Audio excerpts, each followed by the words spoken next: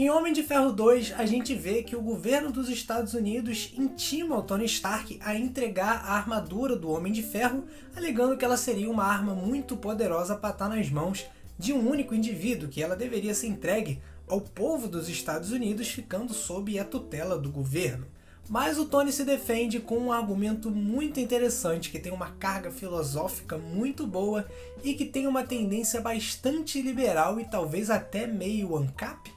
Vamos entender isso nesse vídeo.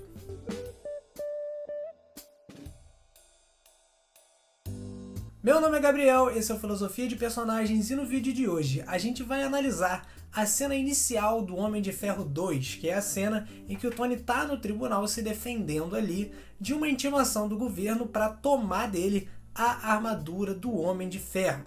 E é um diálogo bem interessante, apesar de ser uma cena um tanto cômica, mas ela tem uma abordagem bem séria, uma temática política bem profunda e o argumento do Tony tem também uma profundidade bem interessante, abordando uma filosofia bem liberal, ou até libertária. Bom, o governo dos Estados Unidos está querendo tirar a armadura do Homem de Ferro do Tony, alegando que ela seria poderosa demais para estar nas mãos de um único indivíduo, enquanto que a gente vê que o próprio poderio militar dos Estados Unidos, quem está ali desenvolvendo as armas para o governo, e na verdade para os governos do mundo inteiro, eles não conseguem ter uma tecnologia tão avançada quanto a do Tony. Então isso implicitamente coloca a soberania do governo dos Estados Unidos em xeque. Isso porque a gente sabe que os governos têm como principal obrigação proteger a população de qualquer eventualidade.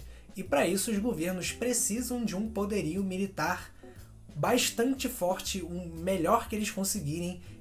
O governo dos Estados Unidos vai ter 6 bombas atômicas capazes de explodir a Terra 2 vezes, porque sim, porque eles precisam demonstrar que eles têm o poderio para isso, para poder proteger o povo americano de qualquer ataque. E aí então a realidade ali do filme é que um único indivíduo tem um poderio militar superior à do próprio governo. E isso implicitamente então coloca a soberania do governo dos Estados Unidos em xeque, porque tem uma ameaça ali que eles não conseguiriam combater se eles precisassem ou quisessem. E é por isso então que eles querem tomar a armadura do Homem de Ferro para trazer todo o poder bélico que existe para dentro do governo. Então essa é basicamente a temática e a argumentação ali do governo americano. E aí então o Tony começa a se defender com uma ideia bem interessante, que é: se realmente o governo dos Estados Unidos está fazendo aquilo com a intenção de proteger a população, então eles não deveriam estar perturbando o Tony, porque afinal o Tony, com a armadura do Homem de Ferro, está fazendo o trabalho que é do governo, que é proteger a população, de maneira muito mais eficiente, porque ele tem mais tecnologia e mais poder bélico para isso, sem cobrar nada e se utilizando dos seus próprios recursos privados. Enquanto que os políticos usam recursos públicos, são pagos para fazer isso e estão sendo menos eficientes em proteger a população. E até por isso que o Tony diz que ele conseguiu privatizar a paz mundial. Eu privatizei a paz mundial. Então é uma baita afronta de um governo tentando trazer todo o poder para si, enquanto esse único indivíduo que tem mais poder que o governo é mais eficiente em fazer aquilo que o governo deveria fazer. E é então que ele começa o argumento liberal dele em defesa da propriedade privada. Segundo o Tony, a criação da armadura do Homem de Ferro ela é o resultado da mistura ali do trabalho, da inteligência do Tony com os recursos que ele tinha disponível, e com isso ele conseguiu gerar esse bem que deve ser legitimamente de propriedade desse indivíduo que construiu. E esse argumento é bem parecido com o utilizado por John Locke, que é um dos primordiais autores liberais da história da filosofia, que defende justamente a legitimação da propriedade privada com base na mistura do trabalho de um indivíduo com os recursos que ele tem disponíveis, gerando assim aquele bem, aquela propriedade que deve ser legítima àquele indivíduo que gerou aquele recurso. E nos Estados Unidos a gente sabe que eles são um país que prezam bastante pela defesa da propriedade, da individualidade, e por isso o argumento do Tony faz muito sentido. Expandindo ainda essa ideia, dentro dessa ideia do John Locke, ele dizia também que as nossas propriedades, que o resultado do trabalho dos indivíduos sobre os recursos da natureza, eles acabam sendo uma extensão do que é o próprio indivíduo, porque você está como se expandindo você mesmo por meio do seu trabalho nos recursos da natureza. Então, essas coisas acabam sendo parte de você. E esse é o argumento que o Tony utiliza.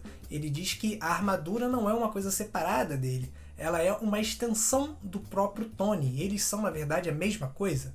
Então, seguindo essa linha de raciocínio, ele diz que tirar a armadura dele seria não só tomada de propriedade, mas como fazendo uso indevido e não consentido do corpo de alguém, o que pode ser classificado como escravidão ou prostituição, como ele diz lá na cena. Eu sou o Homem de Ferro.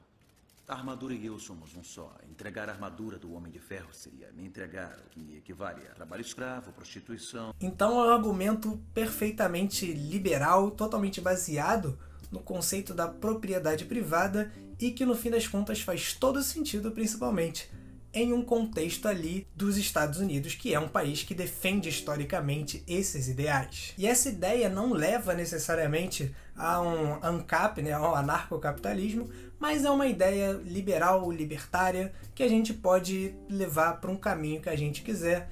Mas fato é que o Tony ali simplesmente falou: foda-se o Estado, eu privatizei a paz, eu com os meus recursos privados consigo fazer aquilo que o Estado é incapaz de fazer, e para que as pessoas possam ter a liberdade e a paz que eu consigo levar para elas, basta que o governo respeite os meus direitos de propriedade. É basicamente essa defesa bem libertária do Homem de Ferro. E o engraçado é que depois o Tony vai vir nos outros filmes dos Vingadores a mudar essa perspectiva, né?